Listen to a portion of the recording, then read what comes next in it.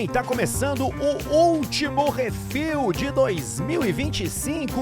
Hoje é terça-feira, dia 30 de dezembro. Vamos lá, né?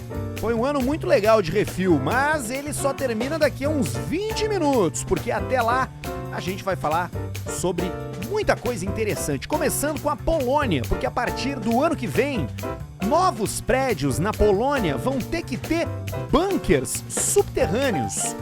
Já eu te explico por quê.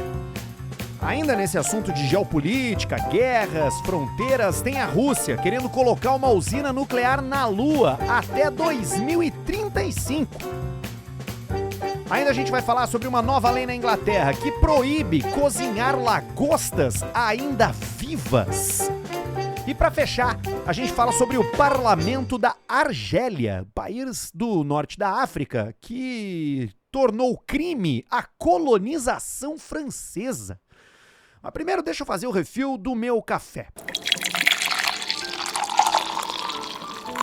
Pois é, meus amigos, chegamos ao último momento dessa primeira temporada de refil. Sim, a partir de 2026 tem coisas novas, tem novos formatos, tem novos quadros, tem um programa fresquinho pra você, porque esses primeiros 6 meses aqui eu usei muito pra aprender, né? Aprender sobre a audiência, aprender sobre o que funciona melhor, sobre qual é o melhor formato, qual é o melhor jeito de entregar os assuntos.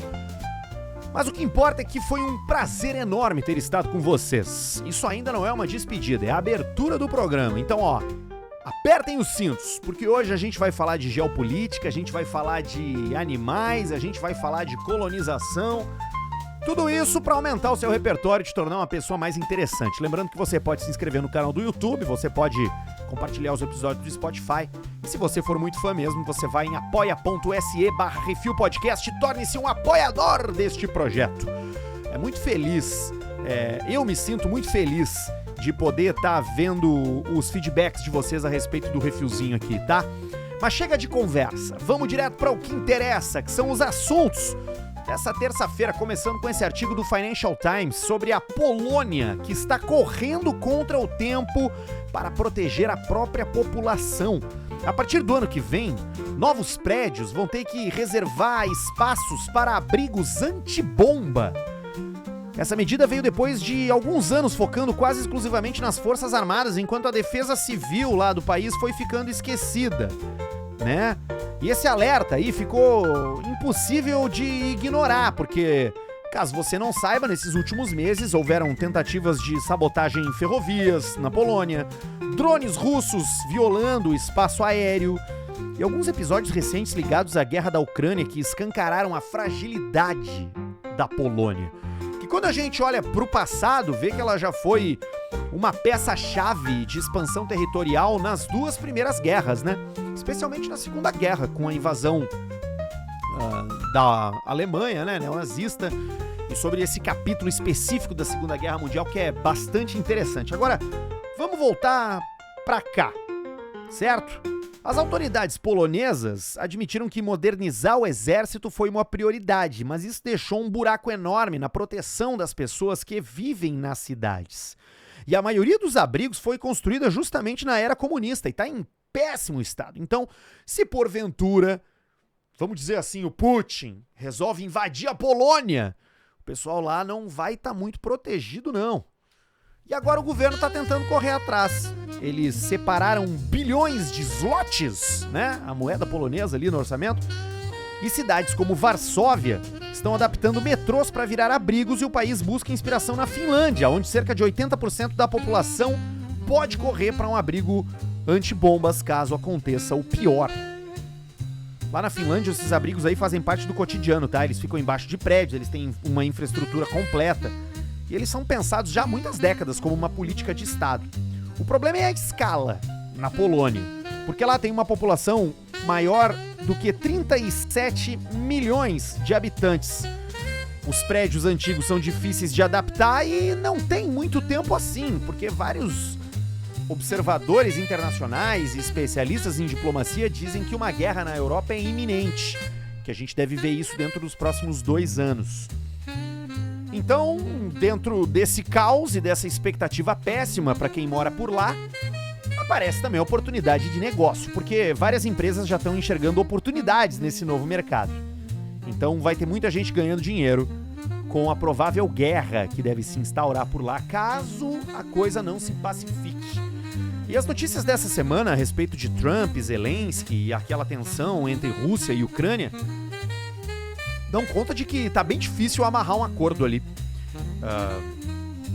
O Trump tem prometido desde o primeiro minuto que ele se tornou presidente dos Estados Unidos que ele vai terminar com a guerra da Ucrânia, mas ainda não conseguiu fazer isso. Ainda que ele tenha dito que ele é o presidente da paz e que tenha resolvido conflitos em vários lugares do mundo, até uns lugares onde não existem conflitos, o que importa mesmo ele não tá conseguindo ajudar, que é esse da Ucrânia e da Rússia. E na faixa de Gaza ficou uma bagunça, né? O negócio lá tá degringolado total.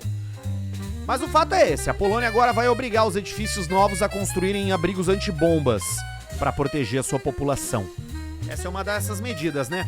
Vários países europeus aumentaram seus gastos com defesa em 2025 e pretendem aumentar ainda mais em 2026, justamente antevendo esses conflitos aí que podem acontecer. Uma OTAN enfraquecida, os Estados Unidos que abandonou seus aliados europeus e uma Rússia com fome de uma coisa que aconteceu antigamente, na época do Império, né? Que era ser dono de todos aqueles territórios ali. Eu não tô nem falando de comunismo, tô falando de Império Russo mesmo.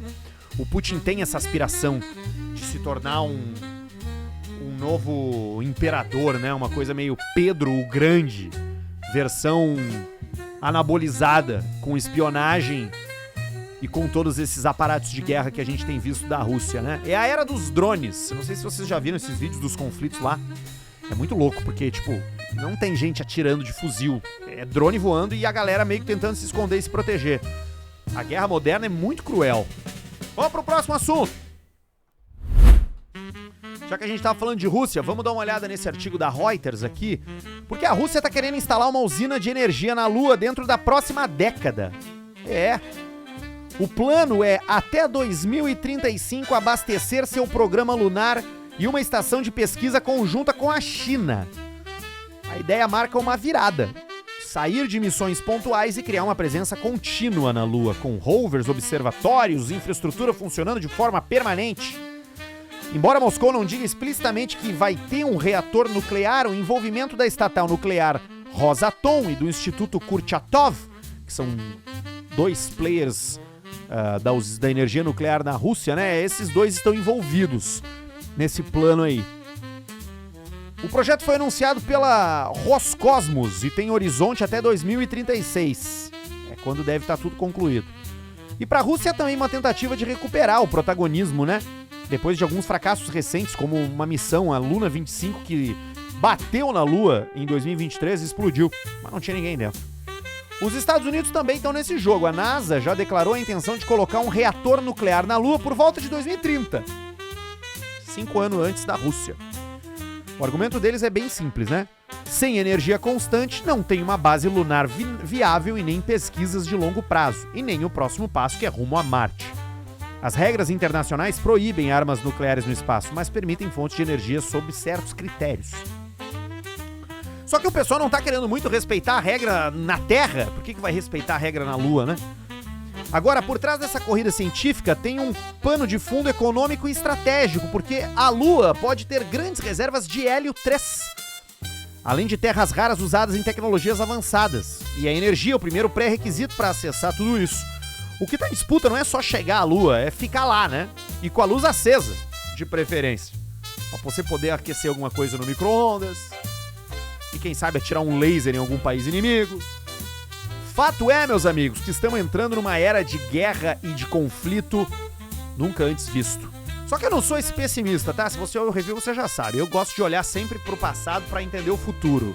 E quando eu olho pro passado, eu vejo exageros em todas as décadas. O mundo vai acabar desde 1900 antes de Cristo. Sempre tem alguém para dizer que o futuro é terrível, que as mudanças são horrorosas, que o caos é iminente, que o conflito é inevitável. E no fim do dia a gente vê, sim, algum caos, algum conflito, mas nada tão radical assim. Tomara que eu não esteja errado e não morda minha língua, né? Porque eu tenho certeza que devia ter um Arthur lá em 1938, 39, que disse que não ia ter guerra. E aí acabou tendo. Enfim, futuro a gente espera, a gente não tenta adivinhar. Vamos pro próximo assunto. A Inglaterra vai proibir ferver lagostas vivas.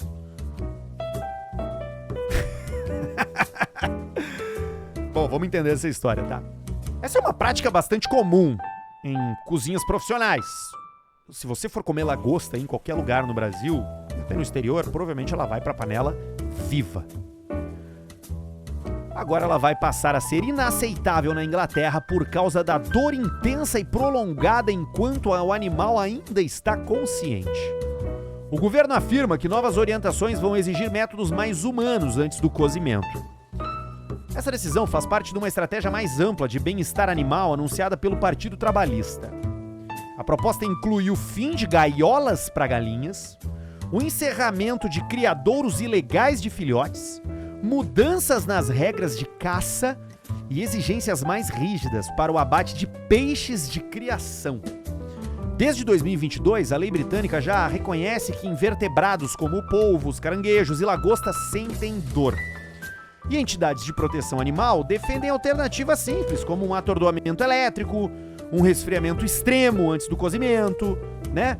Segundo essas organizações, colocar um animal vivo na água fervente provoca minutos de sofrimento intenso e poderia ser facilmente evitado com técnicas já disponíveis e que não comprometem o resultado final do prato a ser preparado.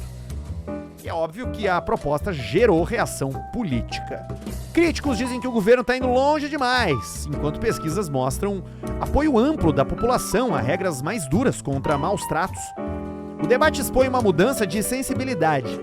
Práticas tradicionais começam a ser revistas à luz de evidências científicas e pressão social, mesmo quando envolvem hábitos antigos da cozinha e do campo. E você, o que pensa sobre isso? Diz aí nos comentários. Eu confesso que quando eu li, eu pensei, tão com tempo. Mas depois que eu li e que eu dei uma pesquisada um pouco maior, eu acho que eu sou a favor. Por que a lagosta tem que sofrer? Por que a lagosta tem que sofrer? A gente não é preocupado com a maneira que abatem os bois, pra gente poder comer carne, as vacas? Por que a lagosta vai ser diferente? Eu sou a favor. Não muda nada. Dá uma marretada na cabeça dela antes de atirar na água quente. Pra que deixar o bichinho sofrendo lá? Sacanagem, hein? Vamos pro próximo. Vamos fechar falando de África, mais especialmente de norte da África. Vamos para a Argélia.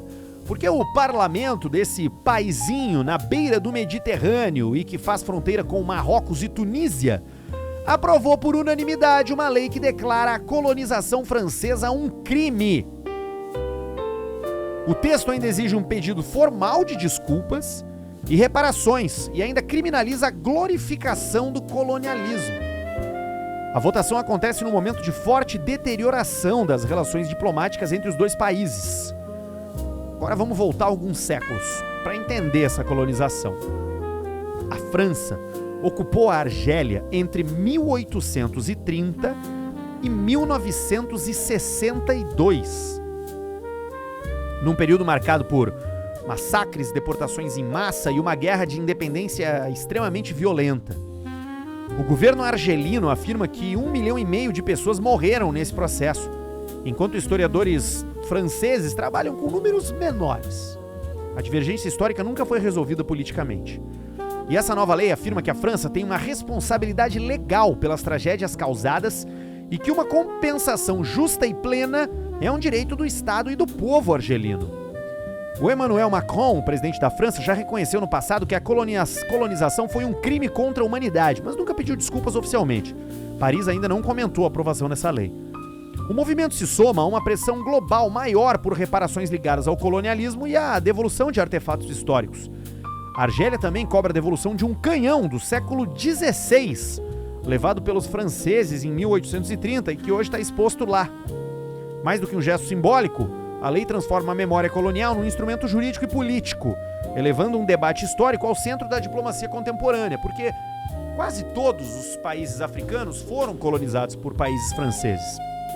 E durante muito tempo, o discurso era de que foi uma colonização civilizatória, como se antes dos europeus pisarem por lá, as pessoas não fossem capazes de se governar, de que elas fossem selvagens. O que já está comprovadamente, a gente já sabe que não era assim. Esses povos tinham a sua maneira de gerir as sociedades que garantiu uma qualidade de vida muito maior aos seus habitantes do que quando os colonialistas chegaram lá e muita gente local ficou relegada à pobreza extrema e à servidão, enquanto os colonizadores, os franceses, no caso da Argélia, e de outros países africanos também, eu vou errar agora se eu tentar acertar, mas eu sei que a Tunísia, né, foi colonizada pela França, a Argélia, como a gente está falando aqui, o Marrocos também, né, e vários outros, assim como a Líbia foi colonizada pela Itália, se eu não me engano, a Etiópia também foi colonizada pela Itália, isso sem falar na pior de todas, que foi a Bélgica, né, no Congo, que fez atrocidades horrorosas. Se você tiver curiosidade, pesquisa aí que você vai ver. É um negócio de deixar a gente nauseado mesmo. Então esse assunto da Argélia é maior do que o assunto da Argélia. A gente está falando sobre países que foram colonizados, que sofreram por causa da colonização, que tiveram grande parte da sua população massacrada e que agora tá olhando para trás e pensando, não, peraí, ó, eles nos devem alguma coisa. Se essa moda pega, a gente vai pegar todo o sul global e daqui a pouco vai estar todo mundo batendo pé. Até porque essas economias africanas estão crescendo muito nos últimos tempos, enquanto as europeias vêm decaindo. É algo pra gente ficar atento, mas é um assunto geopolítico bastante importante, especialmente no momento que a gente vive de discussões, não é mesmo?